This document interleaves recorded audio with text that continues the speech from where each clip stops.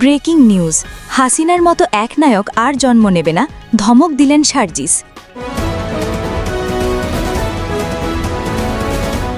ভয়ঙ্কর অভিযোগ, মাজার ভাঙা, লাশ পোড়ানো রাসূলের শিক্ষা নয়, গর্জে উঠলেন রিজভী।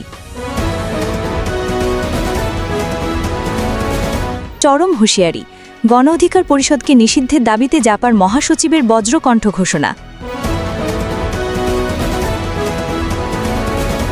এতক্ষণ শুনছিলেন সংবাদ শিরোনাম, এবার বিস্তারিত।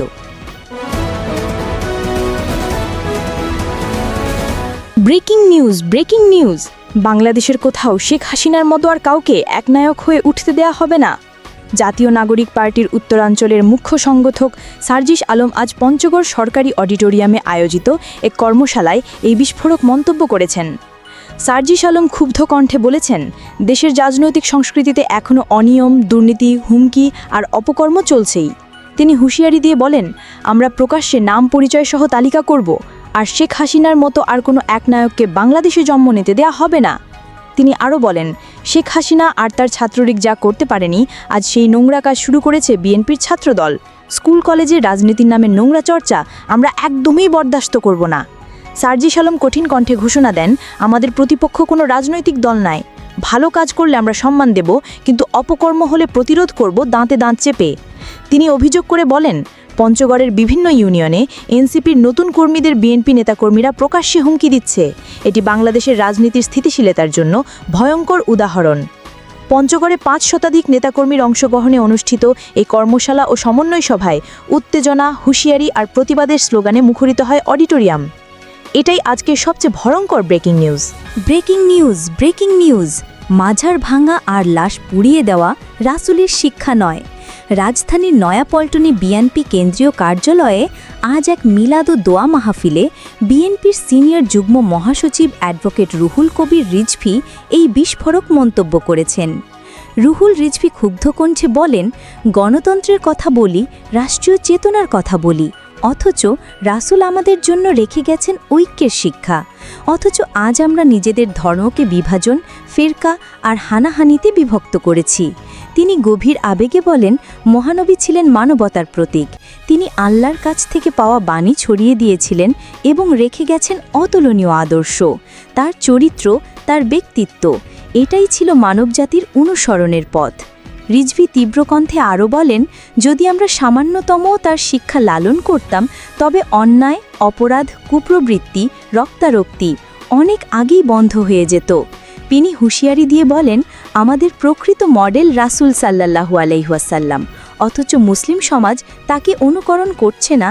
এটাই আজকের সবচেয়ে বড় ব্যর্থতা। মিলাদ মাহফিলে আরও উপস্থিত ছিলেন বিএনপির যুগ্ম মহাসচিব খায়রুল কবির খোকন, অ্যাডভোকেট আব্দুস সালাম আজাদ, কেন্দ্রীয় নেতা মীর শরাফত আলী শফু এবং ওলামা দলের আহ্বায়ক মওলানা সেলিম রেজা। আজকের ভয়ঙ্কর ব্রেকিং নিউজ, লাশ পোড়ানো নয়, মাজার ভাঙা নয়, রাসূলের শিক্ষা হলো ঐক্য, ভ্রাতৃত্ব আর ন্যায় বিচার।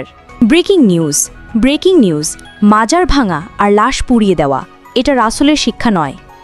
রাজধানীর নয়াপল্টনে বিএনপির কেন্দ্রীয় কার্যালয়ে ঈদে মিলাদুন্নবী উপলক্ষে আয়োজিত মিলাদ ও দোয়া মাহফিলে রুহুল কবির রিজভী ক্ষুব্ধ কণ্ঠে বলেন যে, আজ আমরা নিজেরাই দ্বিধাবিভক্ত। কেউ মাজার ভাঙছে, কেউ লাশ পোড়াচ্ছে, অথচ এটা রাসূলের শিক্ষা নয়। তিনি আরও বলেন যে, আমরা গণতন্ত্রের কথা বলি, রাষ্ট্রীয় চেতনার কথা বলি, অথচ সেই মহানবী ছিলেন ঐক্যের প্রতীক। আবেগমথিত কণ্ঠে রিজভী বলেন, মহানবী আমাদের জন্য রেখে গেছেন আদর্শ, রেখে গেছেন বাণী। যদি আমরা সামান্যতম তা অনুকরণ করতাম, তবেই দেশে অন্যায়, অনাচার, রক্তারক্তি সব বন্ধ হয়ে যেত। তিনি মুসলিম সমাজের দিকে আঙুল তুলে বলেন, যিনি আমাদের প্রকৃত মডেল, যিনি আদর্শের প্রতীক, আমরা তাকে অনুকরণ করি না। এটাই মুসলিম সমাজের সবচেয়ে বড় ব্যর্থতা। সাবেক প্রধানমন্ত্রীকে ঘিরে বিস্ফোরক মন্তব্য করে রিজভী বলেন, মদিনা চার্টারের কথা বলে দেশে কোটি কোটি টাকা লুট হয়েছে। মন্ত্রীর 40টা বাড়ি লন্ডনে, পূর্বাচলে 60 কাঠা জমি। এটা কোন ন্যায়, কোন ইসলাম? তিনি তীব্র সুরে বলেন, আমরা দেশেই আছি, আমাদের নেত্রী দেশেই আছেন। মিথ্যা মামলায় তিনি কারাবন্দী থেকেছেন, কিন্তু আপনারা পালিয়েছেন বিদেশে, আবার সেখান থেকে দিচ্ছেন অডিও বার্তা। হাত ভেঙে দাও, পা ভেঙে দাও। এটা কি রাসূলের শিক্ষা? এটা কি মানবতার শিক্ষা? রিজভী ভয়ঙ্কর সতর্কতা উচ্চারণ করলেন। তৌহিদি জনতার নামে চলছে আন্তর্জাতিক ষড়যন্ত্র। এই ষড়যন্ত্রে মাজার ভাঙা হচ্ছে, লাশ পোড়ানো হচ্ছে, বাংলাদেশের ভাবমূর্তিকে কলঙ্কিত করার ভয়ঙ্কর খেলা। তিনি শেষ বার্তায় হুঁশিয়ারি দিলেন, বিএনপি পক্ষ থেকে আমরা তীব্র নিন্দা জানাই, প্রতিবাদ জানাই, এই ষড়যন্ত্র কোনোভাবেই সফল হতে দেওয়া হবে না। আজকের ভয়ঙ্কর ব্রেকিং নিউজ, মাজার ভাঙা নয়, লাশ পোড়ানো নয়, রাসূলের শিক্ষা হলো ঐক্য, ভ্রাতৃত্ব আর ন্যায় বিচার।